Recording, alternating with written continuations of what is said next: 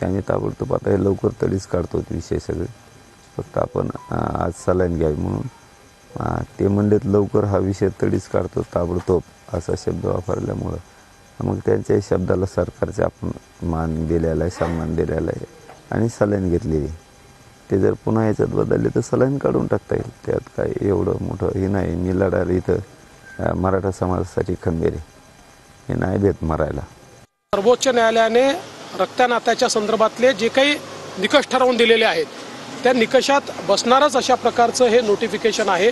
त्यामुळे हे नोटिफिकेशन जर निघालं तर त्याचा कुठेही ओबीसी समाजावर अन्याय होणार नाही अशा प्रकारची चर्चा ही आता ओबीसी समाजाशी देखील आम्ही करणार आहोत आणि त्यातनं मार्ग काढण्याचा आमचा प्रयत्न आहे.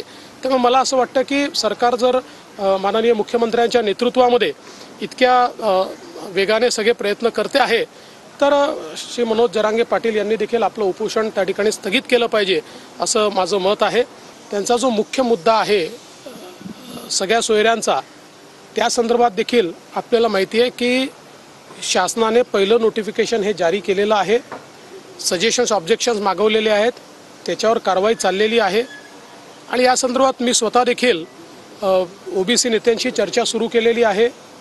विशेषतः भुजबळ साहेब असतील, अन्य ओबीसी नेते असतील यांच्याशी मी यापुढे देखील चर्चा करून त्यांनाही हे समजावून सांगणार आहे की जे सरकारने काढलेलं नोटिफिकेशन आहे कुठेही ओबीसी समाजाच्या विरोधातलं नोटिफिकेशन नाही आहे. सरकारला या लोकांना न्याय द्यायचाच नाही आणि या लोकांना असंच तडपडत ठेवायचं आहे. त्याचं सगळ्यात मोठं उदाहरण जरांगे पाटील आता आपण पाहतोय. ते पहिलेच तब्येतीने कमजोर आहेत, त्यांना सातत्यानं हॉस्पिटलमध्ये ॲडमिट व्हावं लागतं आहे, जबरदस्ती त्याला हॉस्पिटलमध्ये ॲडमिट केलं जाते आहे.